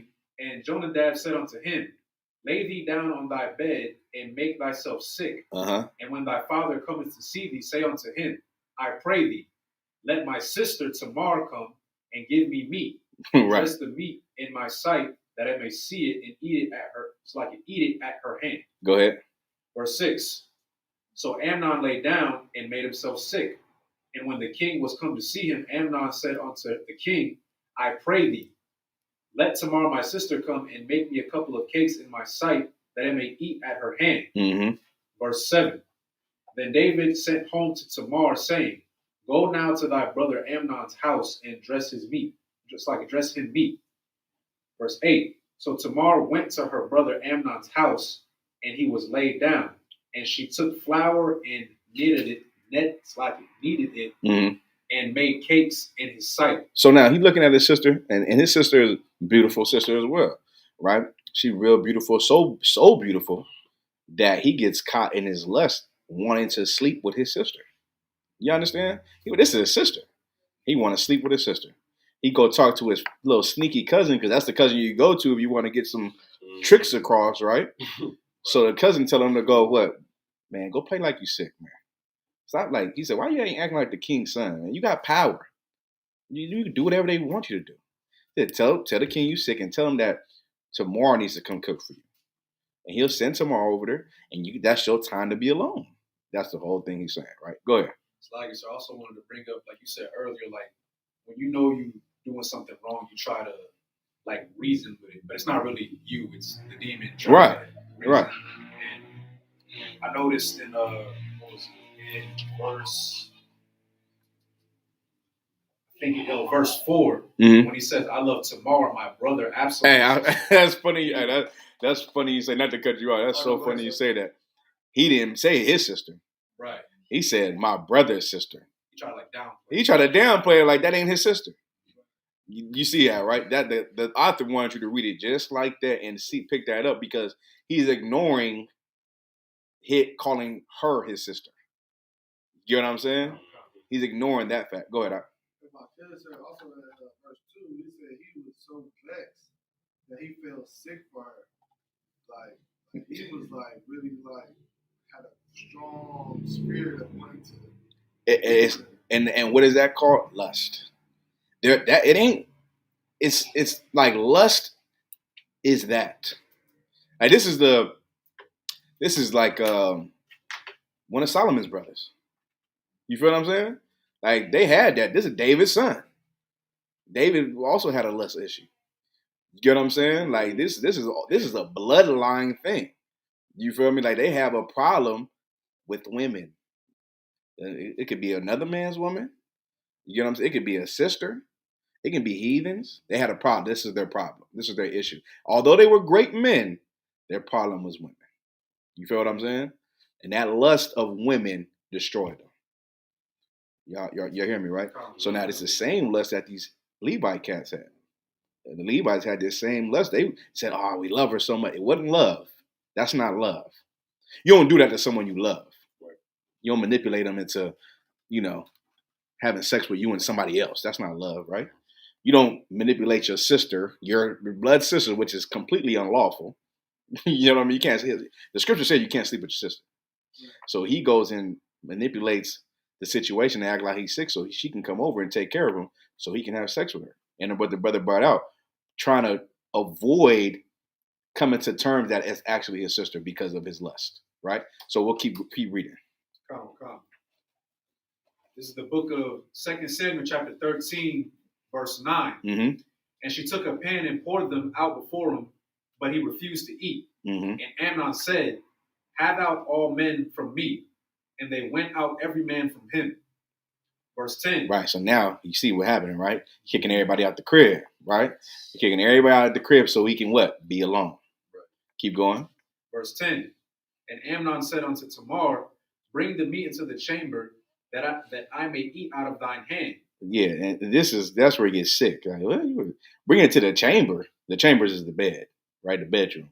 So I can eat out your hand. So this is him being weird now. Now she should look at it like, huh? All right. I mean, I guess. Go ahead. And Tamar took the cakes which she had made and brought them into the chamber to Amnon her brother. Go ahead. And when she had brought them unto him to eat, he took hold of her and said unto her, "Come lie with me, my sister." Mm-hmm. Verse 12. And she answered him, "Nay, my brother, do not force me, for no such thing ought to be done in Israel." You understand, right? So you're hearing the thing, right? He's saying it like that. Like this is what white people do. Africans do. They'll have incest. That was like widely known. That incest was a thing. It was quiet, but it was definitely a thing. That was not a thing in Israel. You get what I'm saying? This is what you would call like, this is definitely incest and also being a, what's that word? Pedophile. Similar to that. You know what I mean? I don't know what the ages were, but it's pedophilia type of thing going on around it. Go ahead. Didn't Nimrod do that with his mother? Yeah. Hell yeah. He's African. Right? Yeah. Go ahead. And that's what they celebrated last week. Right? Go ahead. Do not thou this follow. Verse 13. And I, whither shall I cause my shame to go? And as for thee, thou shalt be as one of the fools in Israel. Mm-hmm. Now therefore I pray thee, speak unto the king, for he will not withhold me from thee. Right. Verse 14. Howbeit he would not hearken unto her voice, but being stronger than she, forced her and lay with her. Right. So he had sex with her, right? He had sex with his sister. And then after he was done having his sex, right? Keep going. Verse 15. This is where your mind comes back to you. Your senses come back to you after you fulfill your lust. Right? Your senses come back to you. Now you're like, oh, I got out the way. What was we talking about, man? Right? That's about to happen. Go ahead. Verse 15. Then Amnon hated her exceedingly. Now he hated her after he had sex with her. Go ahead. So that the hatred wherewith he had hated her was greater than the love wherewith he had loved her. Mm-hmm. And Amnon said unto her, Arise, be gone. Verse 16. Mm-hmm. And she said unto him, There is no cause. That this evil in sending me away is greater than the other that thou didst unto me. Mm-hmm. But he would not hearken unto her. Verse 17. Then he called his servant that ministered unto him and said, Put now this woman out from me, and bolt the door after her. God. That's it? That's it for verse 17. Kind of. Any more on the chapter? Verse 18. Nah, it's good. So he kicked her out. She said, man, what you did to me, what you're doing to me now is worse than what you already did. She had sex with him. Once you have sex with someone, the law said you can't throw them away. Yeah, it sounds horrible, right? Sounds like, what? But it's just the truth. But of course it wasn't going to happen because he didn't want her. Because she had sex with him. He looked at it like, I got what I wanted. This ain't what I wanted. You don't want to sleep with my sister. Right? Now he's not as crazy as he was before because he got what he wanted. You understand? And that's when he came back to his senses, because once you do the thing that fulfills your lust, you come back to your senses, and now you're left with your stupidity. That's why she said you're going to be like one of the fools in Israel if you do this. You get what I'm saying? So, of course, time goes on. The brother Absalom finds out, right? Absalom finds out he wants to kill his brother Abner for what he did to the sister Tamar. David says not to kill him, right? David says not to kill him. He disobeys David's order. He kills Abner. Then Absalom gets killed. Y'all understand? He should have obeyed the order, but because he wanted to take judgment into his hand, the Lord put judgment in his hand and killed him. Y'all understand? He should have followed David's order by not killing his brother, but he disobeyed it, and he both died because of it. You understand, right? So let me answer these questions real quick. What Amnon did with his mother? Amnon didn't do anything with his mother. We were talking about Nimrod. Nimrod had sex with his mother. All right. And then Malakma perfectly said sexual abuse. That's what it is. Not so much pedophilia. It was sexual abuse. That's what that was. All right. Solid on that. Any questions on that? Let me see. Karazar, go ahead. So if so basically, if a sister, I know sex is marriage, but if a sister gets raped. No. She didn't get raped though. She didn't get raped. Like he didn't. Okay. She did not cry loud though. Oh, okay. You get what I'm saying? That's why you said now you're throwing me away. You feel what I mean? So he forced her, and she just kind of went along. There you go.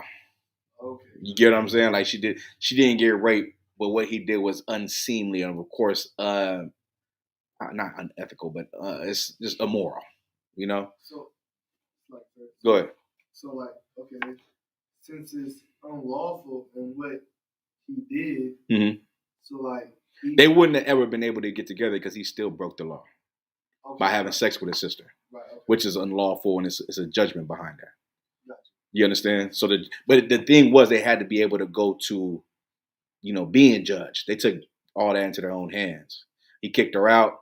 Then the father found out. Of course, he said not to kill him because he was going to deal with it. He was going to deal with the situation. Of course, the brother he didn't allow his father to deal with the situation like he was supposed to, and he disobeyed what his father said, and that's why they both had to die. You know what I mean? He killed his brother, and then I forget what happened to him. His hair got caught in a tree, I believe, running from his enemies, I believe, and they killed him. You get what I mean? So he should have never killed his brother. He should have let his father handle it. But they would have never been able to be together because he broke the law of sleeping with your sister. The scriptures say in Leviticus, you can't go into your sister, you can't go into your mother or your father's wife. You can't go into your mother's sister. You get what I'm saying? You can't do that, right? So no, they wouldn't have been able to, have kids and have a happy life. Hell no. All right. For the time being, until David would have handled it, being the man in charge. You get what I'm saying? Solid. All right. Any questions? Kraza. Okay, so would the situation with Reuben and Israel be similar? Reuben went into his father's wife. Right. Yeah, and that's why he lost the authority of being the number one son. Right. You get what I mean? Because he did that. So since it was like, so then why did he get put to death? Just like this. There are sins that people commit they didn't get put to death in the Old Testament. You get what I'm saying? Someone has to actually bring you forth. It's like not going to him and him alone. You know what I mean? Like if you don't take someone on him and him alone, now you're allowing this person to be around who did something against the body because you didn't take him to the council. You know what I'm saying? Like, so imagine Reuben had sex with his father's wife, and his father was like, you can have her. Okay. You get what I'm saying? Like, whatever. And it's his son. And like, whatever. You know what I mean? It was evil of him to do that for sure. But his father he should have sweated him, but he didn't. Just think about it like that. All right. Of course, he didn't talk to him again. He didn't want to see him. You know what I'm saying? That's why he's saying, like, he's seen him, but he didn't. Now you're not my favorite son no more. That's his firstborn son. think about your firstborn son now being like you look at your oldest son like he's the youngest son now. Meaning when I say youngest, like the lowest ranking son. He's the oldest. You feel what I mean? But he did something so dishonorable, you can't even look at him the same. All right. Any other questions? I got a few more questions I can go over. If y'all don't got no questions in the room, I'll go over these, all right?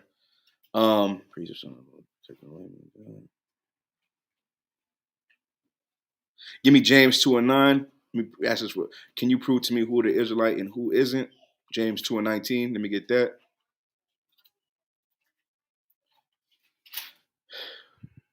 The book of James, chapter 2, verse 19. Mm-hmm.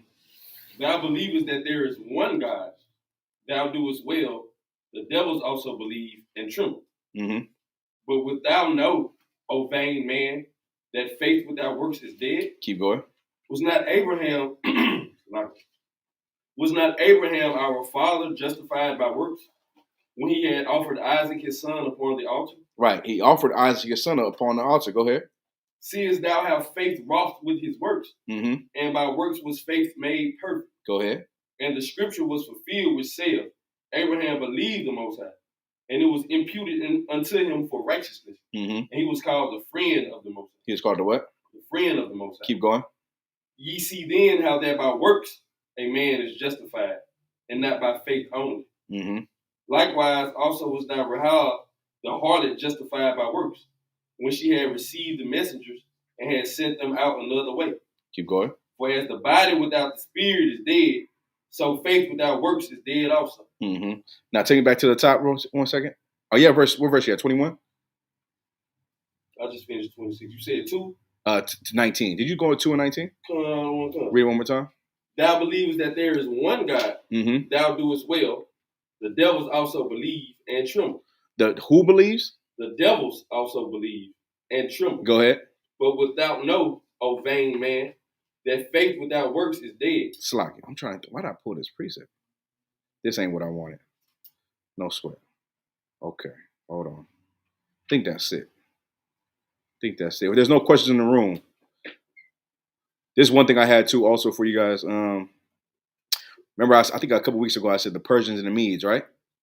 The Persians and the Medes would be the modern day Iran and Assyrian Empire. That's what it is. That's what the Persian and Medes. And I always mix those up. There's some of my notes right here. Persian and Medes would be modern day Iran, Iran, Salakia. Assyrian is the empire. All right.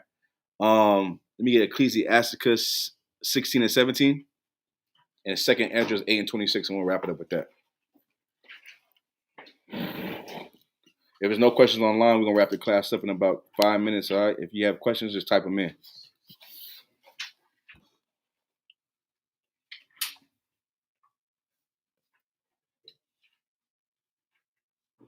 The book of Ecclesiasticus, chapter 16, verse 17. Mm-hmm. Say not thou, I will hide myself from the Lord. Shall any remember me from above? I shall not be remembered among so many people. For what is my soul among such an infinite number of creatures? Mm-hmm. Behold, the heaven and the heaven of heavens, the deep and the earth, and all that therein is, shall be moved when he shall visit. Okay. The mountains also and foundations of the earth shall be shaken. Wait, so like one more time from the top. This is Ecclesiasticus, right? Okay, one more time. The book of Ecclesiasticus, chapter 16, verse 17. Say not thou, I will hide myself from the Lord. Say not thou, I would hide myself from the Lord. Go ahead. Shall any remember me from above? Mm-hmm. I shall not be remembered among so many people. Say, wait, one verse up again, Salaki.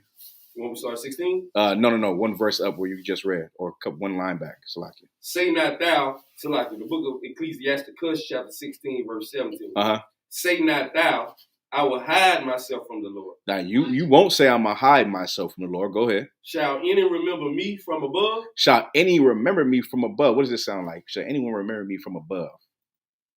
Hold on, give me a little more. Go ahead. I shall not be remembered among so many people. Uh-huh. But what is my soul among such an infinite number of creatures? Mm-hmm. Behold, the heaven and the heaven of heavens, the deep and the earth, and all that therein is, shall be moved when he shall visit. Right. Now, hold on. What is the precept talking about, if you could? If you want to give it a shot. Yeah, Todd. Trying to hide your sin. Not so much hide, just it's also a depression precept. If y'all can hear it. Go ahead. I was gonna say so like he's saying like I'm so small in the world and like it's so many it's I don't know. Nah, you on it. Like he's saying like basically like who am I basically in this infinite galaxies and Right. galaxies. Like what I'm doing don't matter anyway. There I'm you getting lost in all that. That's the point. Everyone thinks like that. You feel what I'm saying? You should not. Now, not everyone. Let's say like everyone thought like that. We're not gonna make no progress. Right. You feel what I'm saying? I said this. I probably in a class like I went over a class talking about how what you do affects other people, whether you know it or not.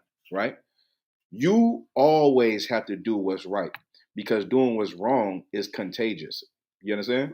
And doing what's right is contagious as well. So now, if you do what's right, if you're the person that's going to be like, well, if I do this, what is it going to change? You know what I mean? There's so many people. If I'm the one just doing this, what is it going to matter?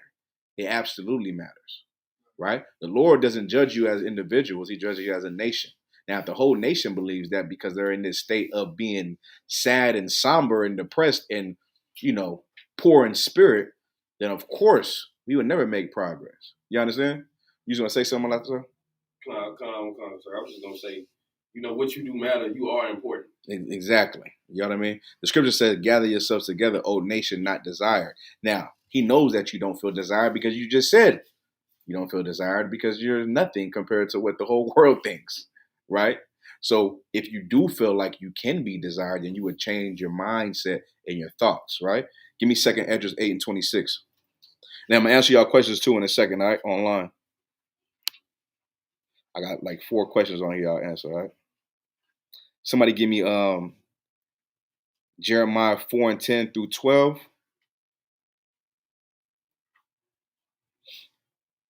And then also, young man, give me that, right?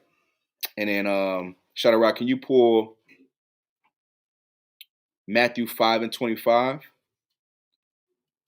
And then I got a couple questions on here. Oh, one question. All right, so you got 8 and 26? Go ahead, read it from you. The book of 2 Esdras, chapter 8, verse 26. Mm-hmm. Oh, look not upon the sins of thy people. Don't look upon the sins of thy people. Go ahead. But on them which serve thee in truth. But those that serve thee in truth, right? We can't focus on people in the world that want to do what they want to do and celebrate Christmas. What is our whole mindset ain't we got to change the minds of the people and we gotta cut them in, in their belief of celebrating Christmas. Damn all that. That's a waste of time. You understand?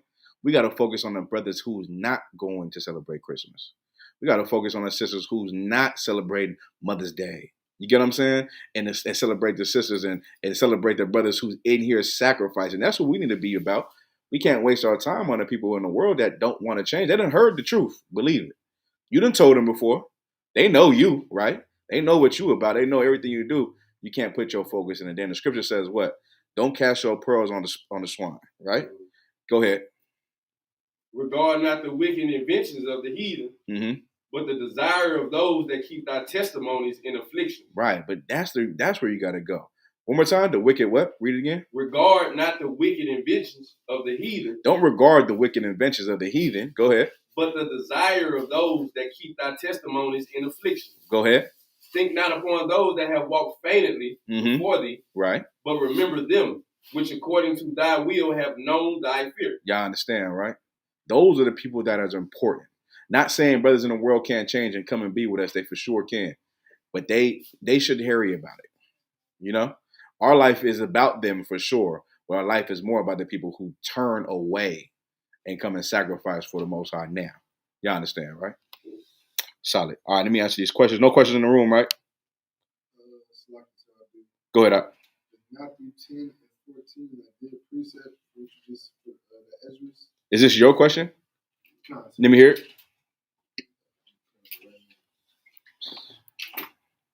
Matthew 10 and 14, and whosoever shall not receive you nor hear your words when ye depart out of the house or city, shake off the dust of your feet. That's it. Perfect. Go ahead. Keep finish. Verily I say unto you, it shall be more tolerable for the land of Sodom and Gomorrah in the day of judgment than for that city. There you go. You know what I mean? It's gonna be worse than the day of that time. You know what I mean? They check out the dust of your feet. Don't worry about it. Don't make it your life's work of, man, they just ain't hearing me. That's a waste of time. That ain't what it is. You know what I mean? There's another precept that talks about you might give it to them once, maybe twice, but don't give it to them a third time. I'm paraphrasing, of course, but y'all heard that before? Huh? 2 admonishments. What is it? 2 admonishments? You give them 2 admonishments after that, Lord be with them. There it is. Y'all understand, right? 2 Thessalonians. Perfect. Someone can find that. 2 Thessalonians, right? That's another precept you can use. All right. So those things is what we'll use. That's why I don't sweat. My time to teach brothers in the world is at camp, or if they call my phone. That's it. Right? I don't go out at the grocery store and be like, Jesus Christ is died for us and all that, right? No. You know what I mean? And you shouldn't do it either. All right. Brothers should seek you out, right? It'll seek you out and want to change. All right. You got it out? It's Titus actually. Titus, no sweat. Let me get Matthew. Just let me know when you got it, all right? Matthew 5:25, you got it? Go ahead, shout it out. Matthew chapter 5 and verse 25. Uh-huh. Agree with thine adversary quickly, whilst thou art in the way with him, lest at any time the adversary deliver thee to the judge. Right. Yes, Malakma, that is talking about another Israelite, Khan. Y'all agree with them quickly before y'all go to council and get cut. Y'all understand, right? That's what all that's saying. Because he will take you to the judge. So when someone brings you to the side, like, this is the thing about an offense, right? If someone pulls you to the side, most of the time you should feel them. Unless that's unreasonable that you don't feel them in your thoughts of what's reasonable and what's not. You should always agree with somebody, even if you didn't feel like you wronged them. They felt wrong is more important. You understand? If someone feels wrong because of what you said or what you did to them, even though that wasn't your intent, you should just say Salakia. You understand? Because everyone's not the same. Some brothers are a little rougher than brothers, or some brothers are a little more, some brothers are joke. They can joke, and other brothers don't joke. You understand? Everyone's different. So if someone pulls you aside, just give them you should give them what's the word? Courtesy. Yeah, the courtesy of he pulled you to the side and he talked to you about what he was offended for. You feel what I'm saying? You be like, shit, my bad. I didn't mean to do that to you. Like, that wasn't my intent. I apologize. And that's that. Or he'd be like, well, he not hearing me, so we go to this council, and now it's in the judge's hands now. Now no one can stop that. Y'all hear me, right? All right, so that's what that was talking about, Malakma. Quan. I got the precept. Titus? Let me hear it. Titus chapter 3, verse 9. Uh-huh. But avoid foolish questions and genealogies and contentions and striving about the law, for they are unprofitable and vain. Mm-hmm. A man that is a heretic, after the first and second admonition, reject. Y'all understand, right? A heretic is what? Karatza? It's like somebody who's like hard-headed or doesn't want to hear it. Yeah, this is the cat that says, well, you was on an island. It was just pig. On that island. Right. You telling me you wouldn't eat that pig? That's the type of cat this is. You know what I mean? Don't worry about them cats. Go ahead. One more question. So what was it was second Esdras? 8 a lot to Zapur? Oh, 8 and 26. All right. Let me get the sister's question. You got Jeremiah, brother? Go ahead, read it for me. The book of Jeremiah, chapter 4, verse 10. Mm-hmm. Then said I, Lord God, surely thou hast greatly deceived this people to Jerusalem, Slakia, deceiveth this people and Jerusalem, saying, ye shall have peace, whereas a sword reacheth unto the soul. At the time shall it be said to this people and to Jerusalem, a dry wind of the high places in the wilderness toward the daughter of my people, not to fan nor to cleanse. Even a full wind from those places shall come unto me. Now also will I give sentence against them. Okay. Hey, sis, let me read this, and I'll answer this next week just to get you so I can get the context. We kind of rushing to the end. So I'll give you, let me read it for context and understand. I believe I know what it's talking about.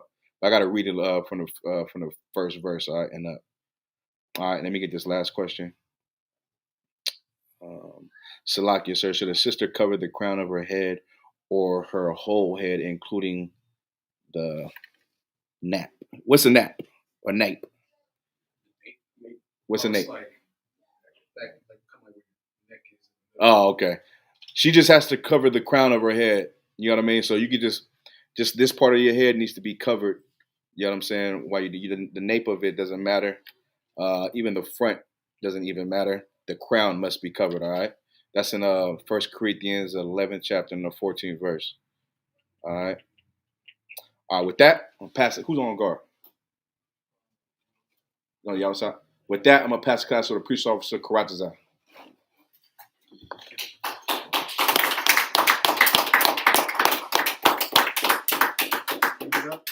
Yes. Men of Israel, Amijah. We'll give one courtesy salute to the teacher. Men of Israel, Amijah Shabbat. Amijah, Barak. Yabashim Yashabrakah. Yabashim Yashabrakah. We're going to start for the sisters, since you may stand. We're going to give one courtesy salute to the sisters. Men of Israel, Amijah Shabbat. Amijah, Barak. Yahashim Thumb by Shim Yahshua. And with that, you have the guitar classes next. Clean whack. Come on, but it's that clean whack. I didn't recognize you at first. You got the hand on my